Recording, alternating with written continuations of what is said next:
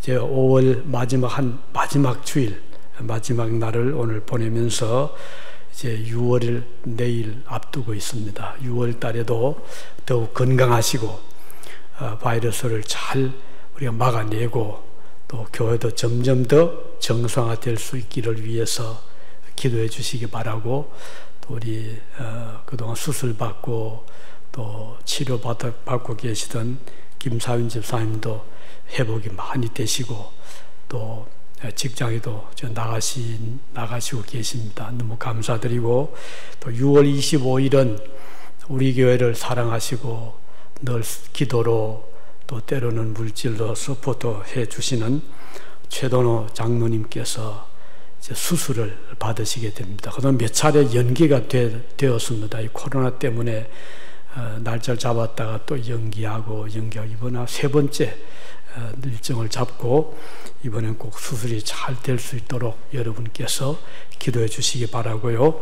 또 우리 교회 거쳐가신 우리 한국에 또 나가 계시는 분들, 또 우리 유학생들, 또 우리 교회에 관심을 가지고 늘 기도하시고, 또 이 실시간 예배 또 보시는 분, 참석하시는 분도 계시고요. 그래서 오늘 우리는 비록 적은 우리 교회지만 이렇게 넓은 지역에서 또 여러분들이 기도로 또 함께 예배 참석으로 관심도 가지시고 또 같이 하나님을 섬길 수 있게 된 것이 어떻게 보면은 또 하나님의 은혜로 생각합니다. 초대교회 이스라엘 예루살렘 교회가 처음엔 이렇게 모여 있었잖아요. 마가요한 다락방에 120명 성도들이 모여서 꼭꼭 숨듯이 있었는데, 갑자기 막 이제 핍박이 났죠. 그래서 도저히 그 자리에 모여 있을 수 없어서 막 교인들이 뿔뿔이 쫓겨가고 흩어졌잖아요. 어떻게 보면 이제 교회가 끝장이다 싶었는데, 오히려 흩어진 분들이 가는 곳마다 복음의 불을 붙여가지고 교회가 크게 확산된 그런 일이 있었습니다. 우리가 이런 어려움을 겪으면서 위축되는 것이 아니고 오히려 더 어떤 의미에서는 복음의 확장, 또 우리 성도들이 더 교회를 사모하고 사랑할 수 있는 또 이런 의미에서 전화 위복의 기회가 될 수 있음을 우리는 감사하게 생각을 하는 것입니다. 우리 그동안 몇 주 동안 다윗이 실시했던 인구조사와 거기에 결과적으로 이스라엘 백성들이 치루었던 대가가 얼마나 컸던가를 살펴보았습니다. 사흘 동안 전 이스라엘 나라를 덮친 전염병으로 7만 명이 목숨을 잃었던 그런 사건이 있었죠. 왜 인구조사 후에 이런 비극적인 일이 일어났습니까? 인구조사 자체가 문제가 아니라 그 동기와 목적이 하나님의 뜻과는 달랐기 때문입니다. 다윗은 그동안 하나님의 은혜를 많이 받았잖아요. 그래서 어릴 때는 골리앗과 싸워서 승리를 했고, 또 많은 그런 생명의 위협을 받으면서 또 하나님이 그를 보호해 주셨고, 훗날에 왕이 되기까지 하나님이 끊임없이 그를 서포트해 주셨고, 또 여러 그런 이제 분쟁, 민족 간의 갈등 또는 전쟁 중에서도 다윗이 진 적이 없었어요. 그것은 하나님이 그와 함께 하셨기 때문이었습니다. 이스라엘 군사가 강해서도 아니고 군인들이 많아서도 아니고 그가 외친 대로 만군의 하나님 여호와의 그런 능력으로 승리할 수가 있었죠. 결코 칼이나 창의 힘이 아니었습니다. 그럼에도 불구하고 다윗이 이 하나님의 은혜를 지금 점점 잃어버리게 됩니다. 왜냐하면 나라가 안정이 되고 모든 게 잘 풀려나가니까 다윗이 자기도 모르게 그만 믿음이 식어지게 되고 마음이 긴장이 풀어지게 되고, 하나님을 의지하는 것보다도 우리나라가 대단하구나, 군인들이 많구나, 우리가 무력이 대단하다, 이런 생각에 빠져서 마침 그때 또 사탄이 막 다윗을 충동했잖아요. 그렇지, 네 말이 맞아. 인구조사를 해서 군인들의 숫자를 확인한 다음에 넓은 땅을 더 차지해야지. 얼마나 듣기 달콤한 그런 유혹을 다윗이 듣게 된 것입니다. 그래서 다윗은 그만 하나님이 싫어하시는, 하나님의 능력을 의지하는 것보다도 자기의 힘, 칼 또는 활, 창, 무기, 군인들의 숫자를 파악을 해서 전쟁을 하려 하는 아주 인간적인 그런 계산을 함으로 하나님께서 매우 노하시게 된 거죠. 그래서 사흘 동안 전국에 덮친 무서운 전염병으로 무수한 사람들이 목숨을 잃었습니다. 이걸 보면 한 사람 지도자의 잘못된 판단, 명령으로 초래된 국가적인 피해가 너무나 컸었죠. 그가 사랑하고 아끼던 백성들이 큰 재앙을 겪은 후 다윗은 비로소 정신을 차렸습니다. 그때 다윗은 어떻게 했죠? 베옷을 입고 얼굴을 땅에 대고 하나님 앞에 대성통곡하며 회개를 합니다. 하나님이 다윗의 회개를 받아주셨어요. 그래서 지금 죽음의 천사가 7만 명을 친 다음에 더 치려고 칼을 탁 빼고 있었는데 하나님께서 그 천사를 보고 이제 되었다. 칼을 도로 집에 꽂아라.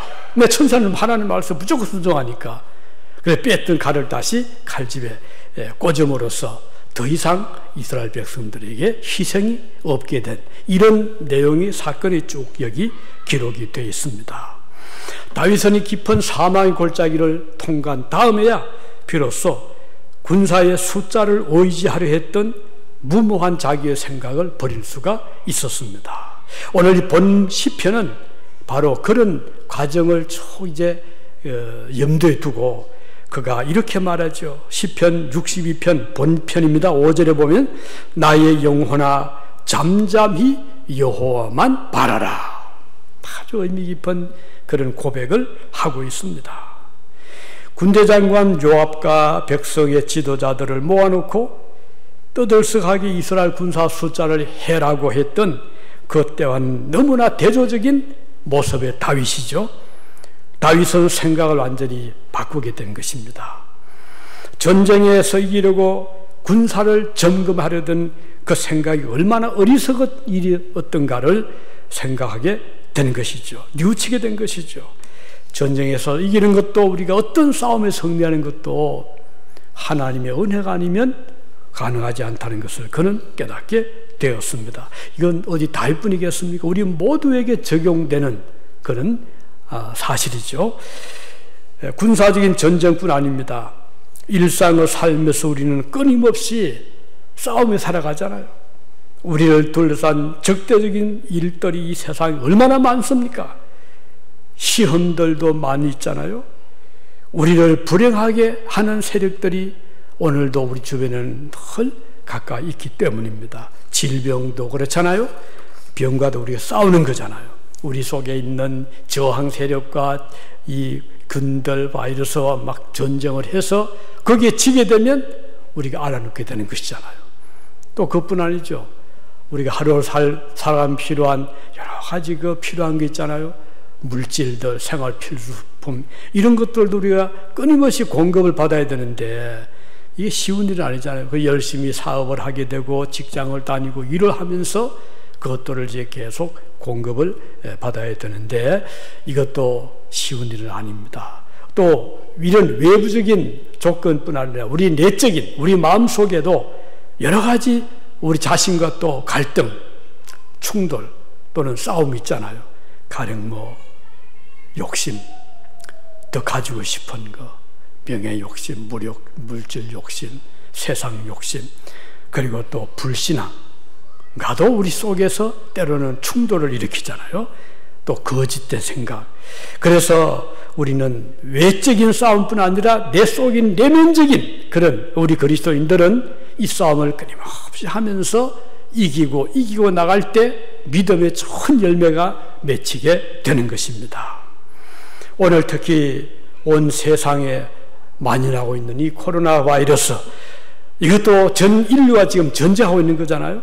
제호와에 대해서는 뭐 끊임없이 전파하고, 한국도 조금 이렇게 멎어지는 듯 하더니 또 최근에 아침 뭐 이런저런 모임에서 뭐 확진자가 나온다, 또 이게 어디로 또 전염이 되었다. 지금 뭐 전국적으로도 비슷한 걸 걸려 있더라고요. 뭐 제주도도 그렇고 서울도 그렇고 지방도 그렇고, 그래서 이 바짝 긴장들 하고 있고, 자, 미국도 마찬가지 지금 뭐 벌써 10만 명의 목숨을 거의 뭐 목숨을 잃었고요.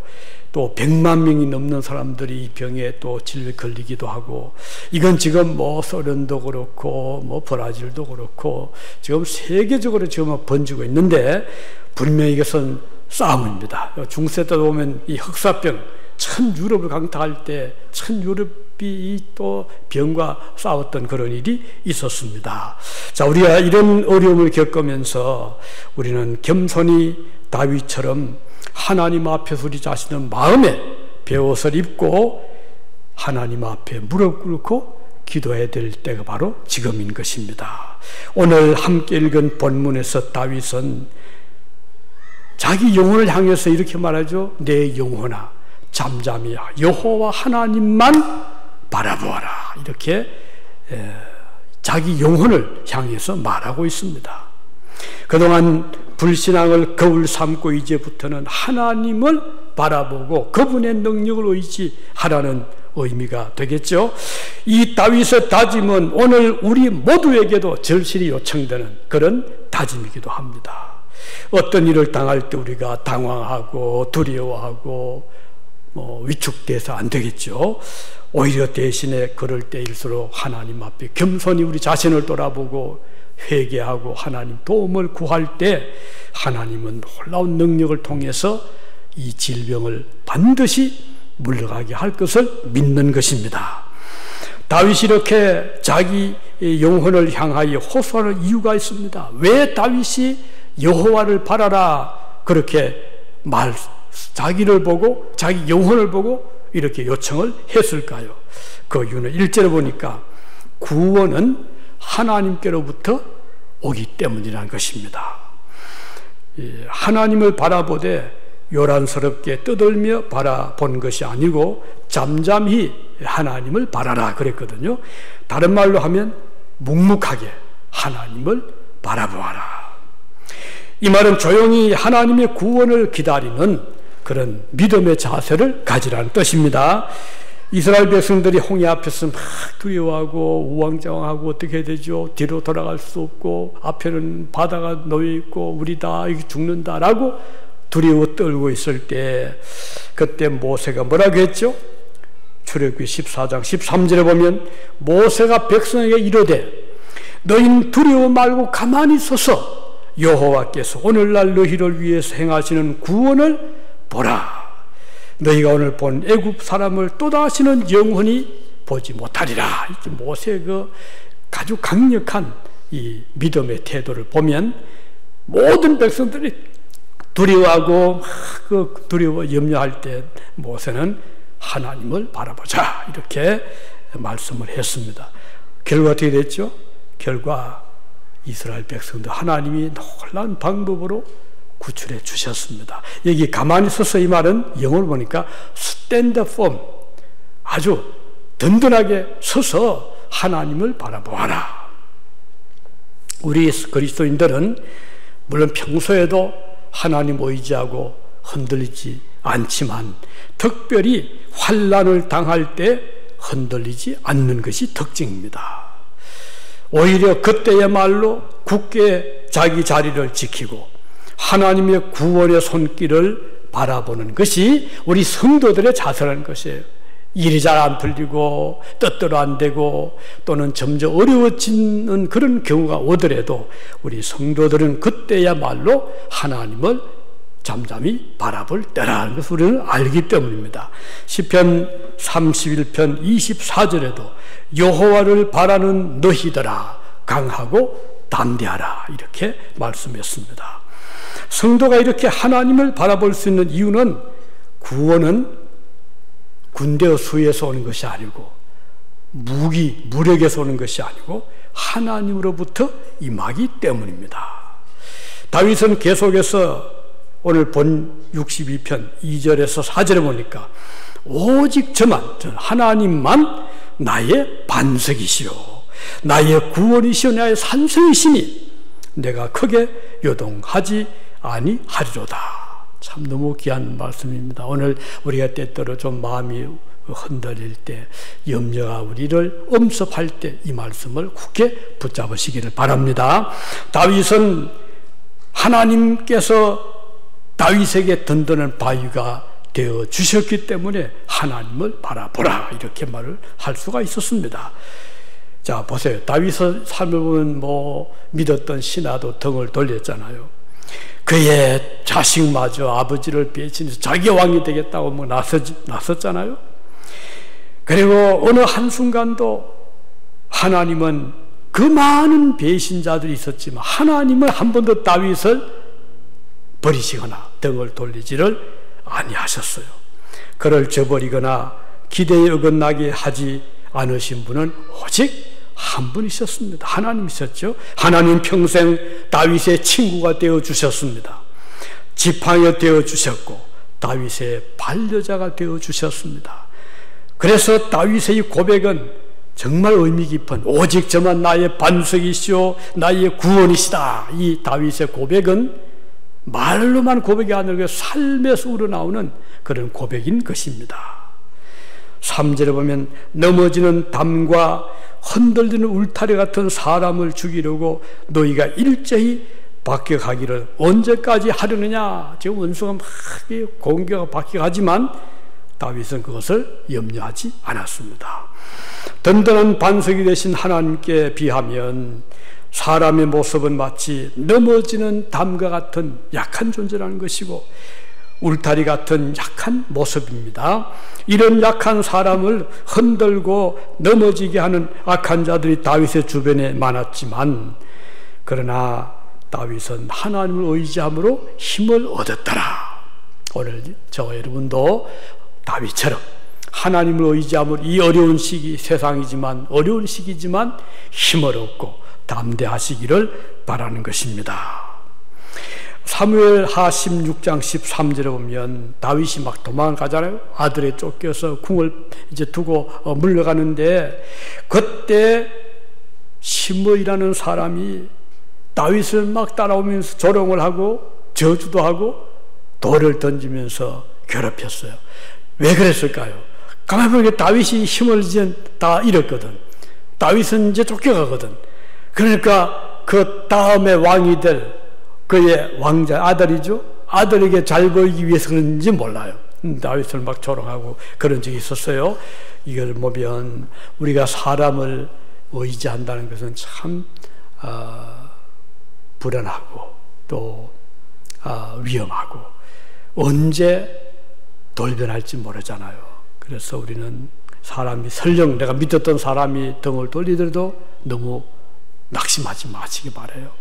저나 여러분도 다 약한 존재이기 때문에 어떤 상황이 처하면 그럴 수가 있잖아요. 그래서 우리가 역사를 돌아보면 많은 그런저런 역사적 환경 속에서 어쩔 수 없이 거기에 수긍하지 않을 수 없는 경우들도 있잖아요. 탈북한 어떤 지금은 서울에 와서 그 한의사가 되었더라고요. 젊은 부인인데, 그가 이제 북한에 있을 때 그 아버지가 아주 유명한 기계 그 설계사였대요. 굉장히 천재적인 재능이 있어서, 그래서 그 북한에서 월급도 많이 주고 또 그 설계도 전적으로 이분이 맡기고 이랬는데, 이런저런 어려움을 겪으면서 이제 중국어로 이제 탈출할 수가 있었습니다.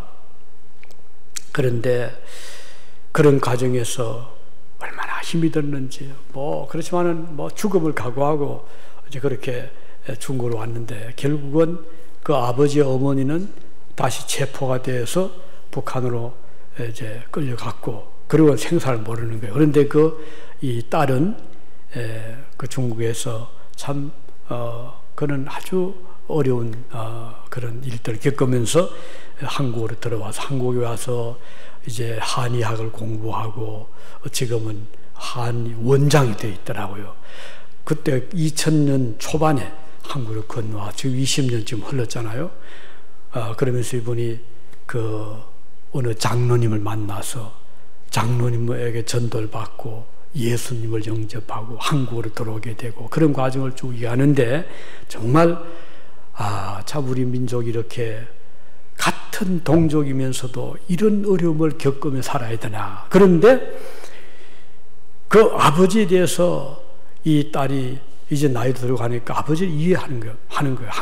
북한에 있을 때는 어쩔 수 없잖아요. 그러니까 그 김일성 시대에 그 김일성에게 충성할 수밖에 없고 하라는 대로 할 수밖에 없고 그래야 사니까 그 사람을 보고 누가 돌팔매질을 하겠습니까? 우리 같아도 그런 상황에서 반대하면 바로 죽는데 그러니까 뭐 좋든 싫든 박수를 쳐줘야 되고 위대한 수령 동지라고 칭호를 붙여야 되잖아요.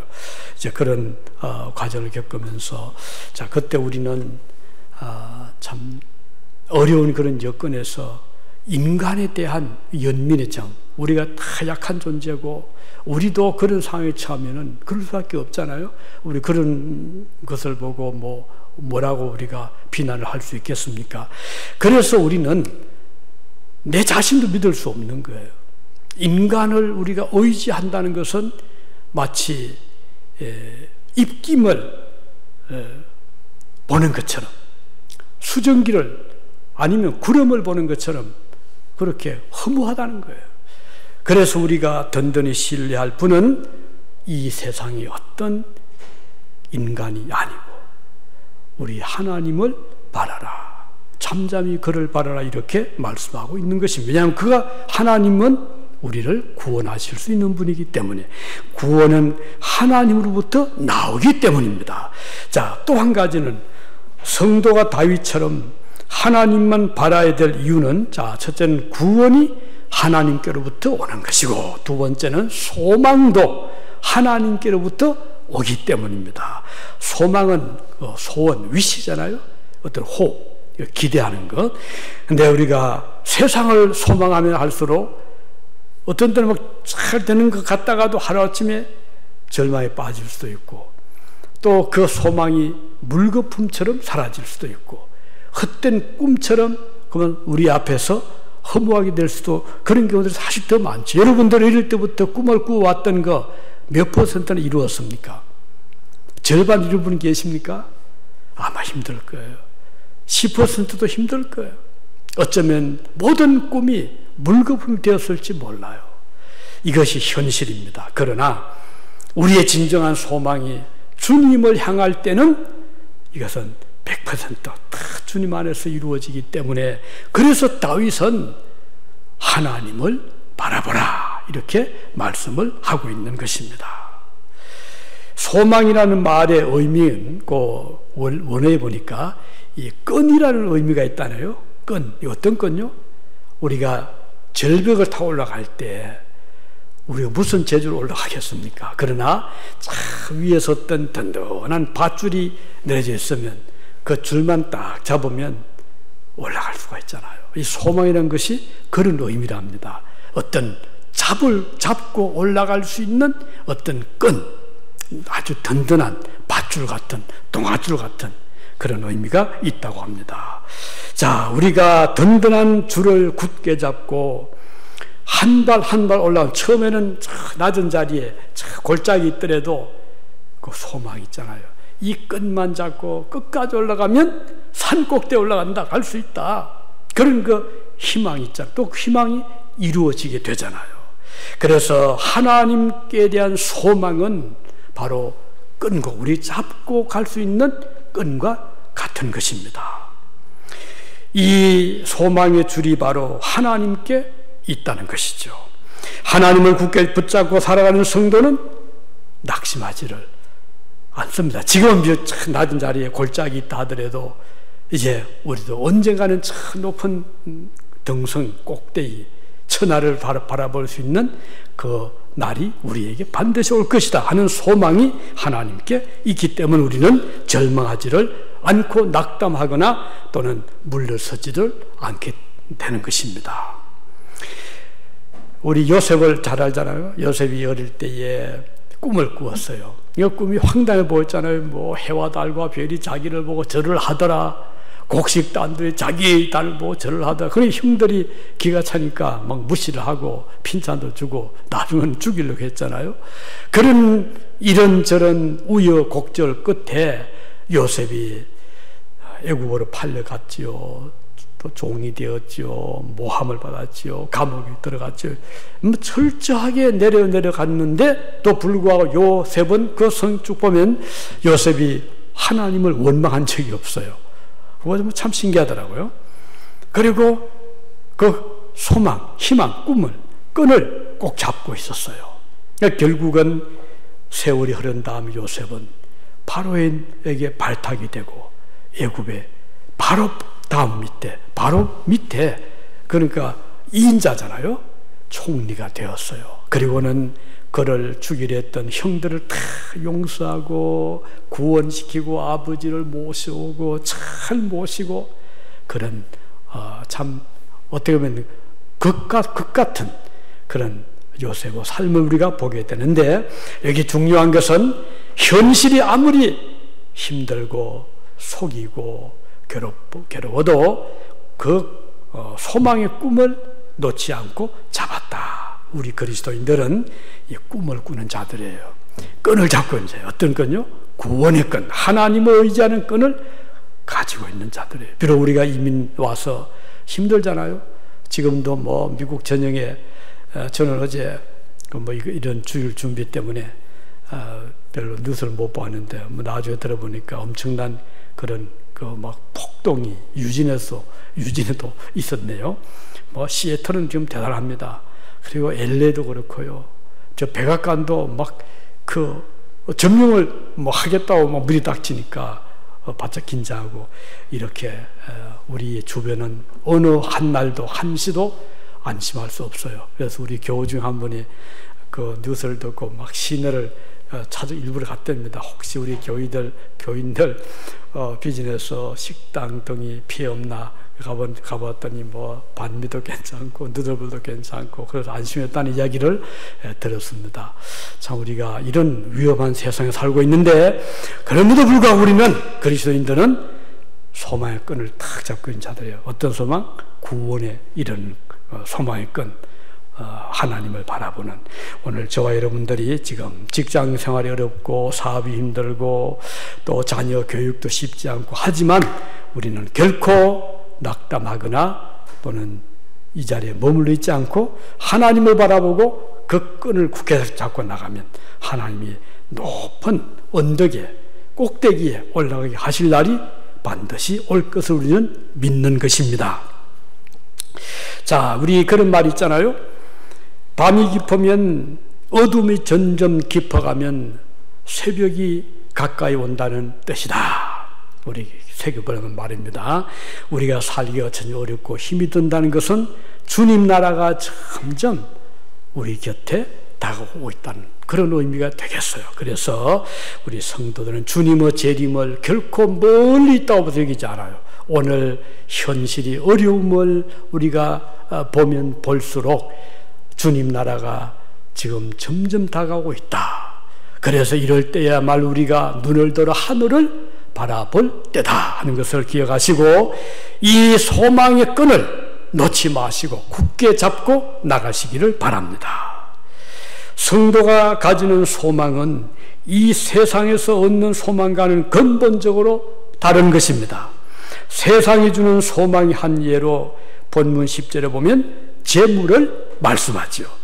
재물 모으는 것을 큰 기쁨으로 여길 수 있잖아요. 본문 10절에 보면 이렇게 경고합니다. 재물이 늘어도 거기 치심하지 말아라. 무슨 뜻이죠?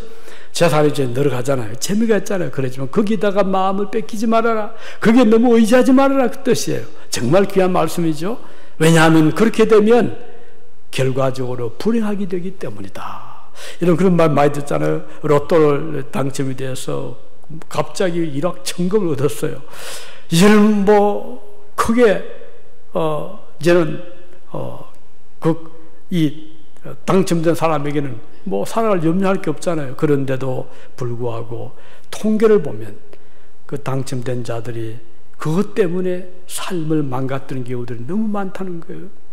거기에 너무 의지하다 보니까 이제는 천하가 내 것 같이 생각이 되니까 마음을 놓게 되고 방심하게 되고 일상생활에 충실하지 못하게 되고 그것 때문에 결국은 불행이 오는 경우들이 너무 많다는 거예요.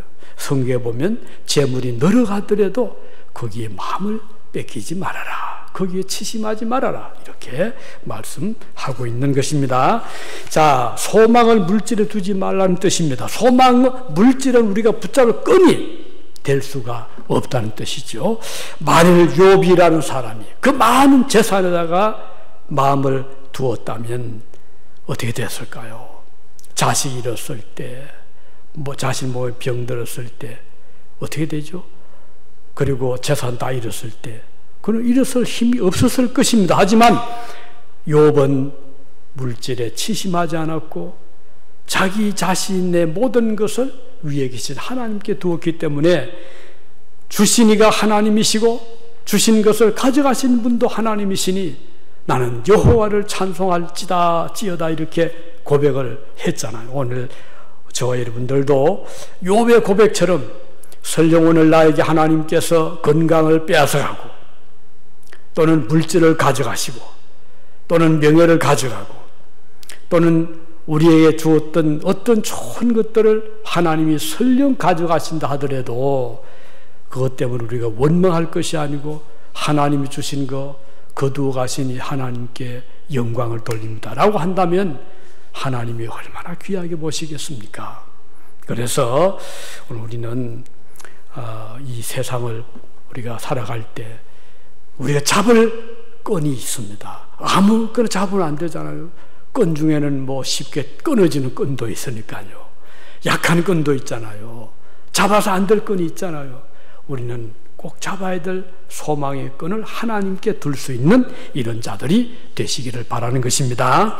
자, 이제 그리고 또 한 가지 7절에 보면 왜 다윗은 하나님을 바라보라고 했는가? 7절에 보니까 하나님은 우리에게 피난처가 되시기 때문이다 그랬어요. 피난처, 쉘터는 말이죠. 편안히 쉴 수 있는 것이죠. 언제? 홍수가 왔을 때 우리가 어떻게 해요?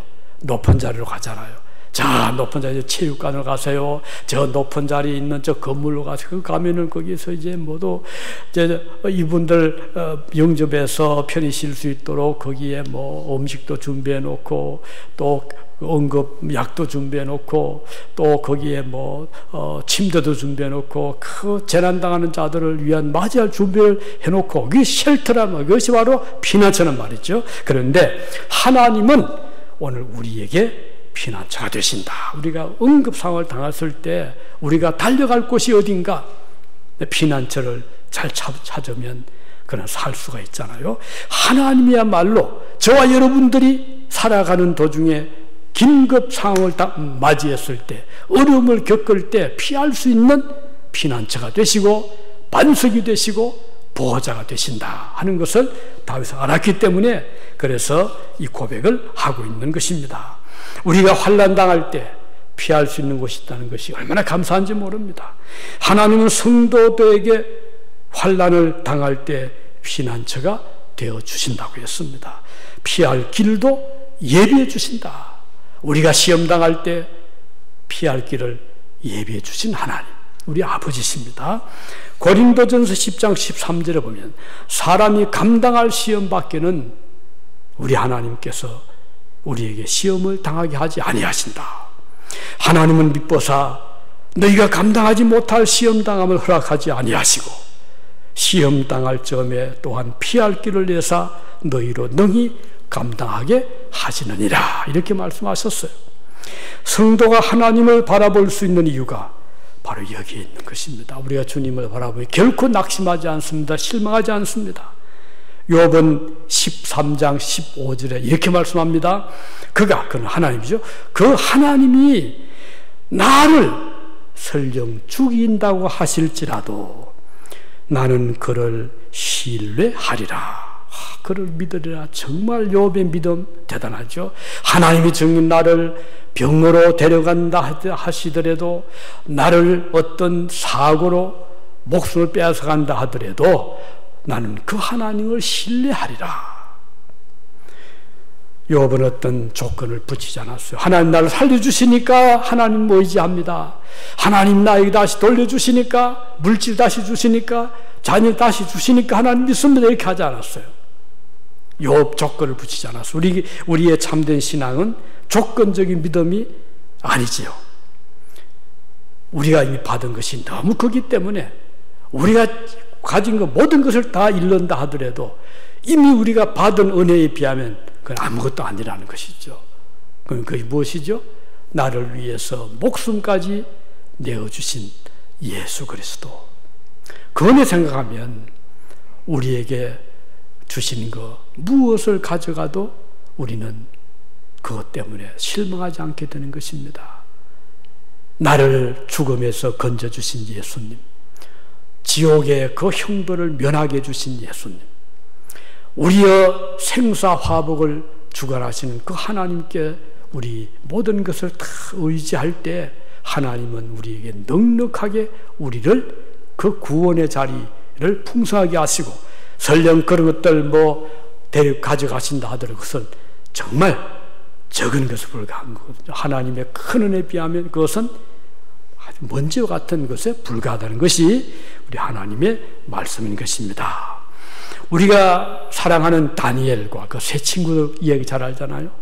다니엘 세 친구들은 유대에서 자랐던 청소년들이었는데 바벨론이 예루살렘을 공격해서 점령하면서 그 아이들까지 다 데려가 버렸어요.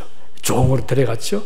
그 중에서 똑똑한 놈들 뽑아가지고 이제 왕궁에서 특별히 양육을 시킵니다. 좋은 음식도 주고 학문도 가르치고, 그렇게 해서 앞으로 이 바벨론을 잘 섬기도록 식민 통치의 이 청소년들을 활용하기 위해서 아주 그 정책적으로 바벨론 나라에서 이 아이들을 뽑아서 기르고 있었는데, 이 다니엘과 세 친구 사드락, 메삭, 아벳노고의 세 친구들은 어릴 때부터 부모에게 받은 믿음의 그 씨앗이 그 가슴 속에 있었던 것이죠.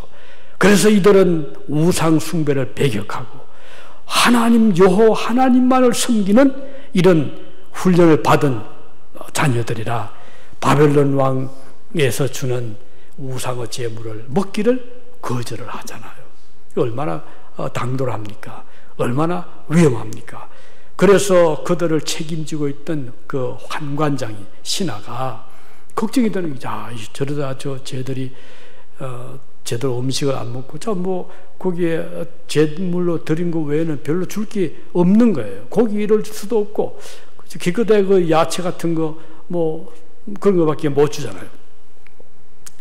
그럼에도 불구하고, 다니엘 세 친구들은 그 진미, 고기, 온갖 좋은 영양가 풍부한 음식 먹기를 거부합니다. 왜냐하면 우리는 우상의 제물을 먹을 수 없다. 그래서 그 위험한, 그러다가 죽을 수 있잖아요.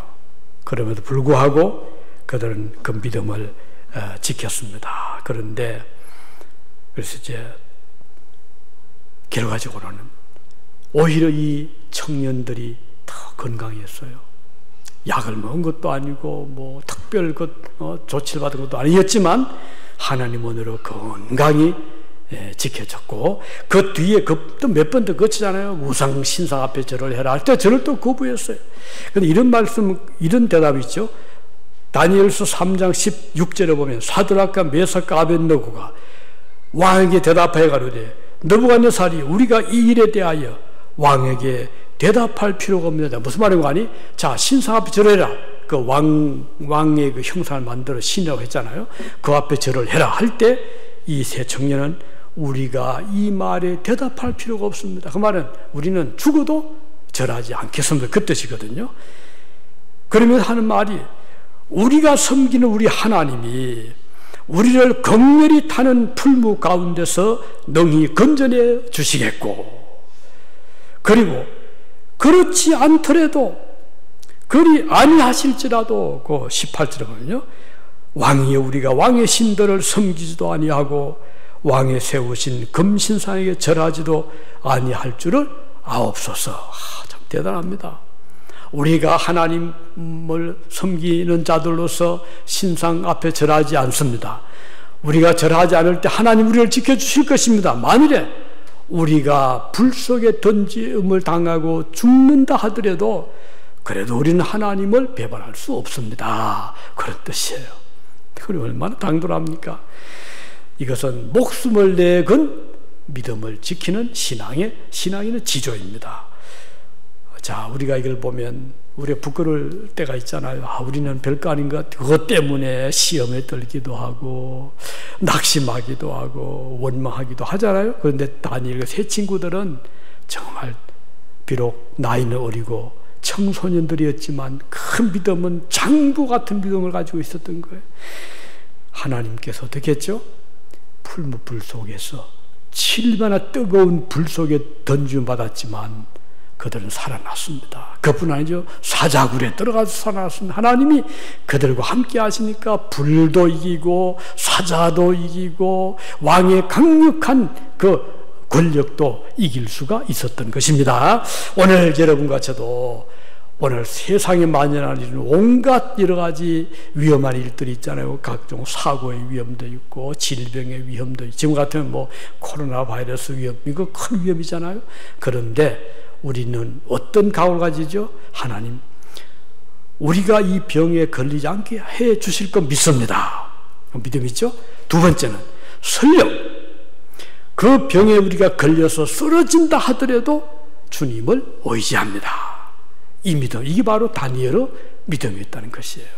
오늘 우리가 이 어려운 때를 살면서 우리를 안전하게 지켜주실 분, 피난처 되시는 분은 이 세상에는 없다. 권력도 아니고 물질 세계도 아니고 또 뭐 좋은 거를 의술도 될, 지금 이렇게 의학이 발달된 시대지만 아직까지도 이 바이러스 백신을 지금 아직까지 개발하지 못하고 있습니다. 우리는 기도하고 있습니다. 앞으로 꼭 개발되길 바라고 있고 또 좋은 약을 하나님 주시기를 바라고 있지만, 그러나 어디인가 또 허점이 있고 또 이게 자꾸 변종이 된다잖아요.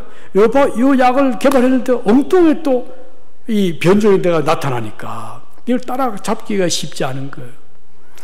그렇지만 우리의 진정한 피난처는 그런 약도 아니고 의술도 아니고 오직 우리 하나님이시라는 거, 우리를 건져주실 하나님이신 거 우리는 믿고 그분을 의지하면서 이 싸움 해야 되는 전쟁터 같은 이 세상에서 오늘 하나님의 능력을 힘입어서 다윗처럼 골리앗도 이기고 또 전쟁에서도 이기고 질병에서 이겼듯이 오늘 저 여러분들이 승리하는 삶을 살아가시기를 바라고, 또 하나님께서 우리에게 약속하신 대로 또 다윗이 고백한 대로 내 영혼아 잠잠히 하나님만 바라라.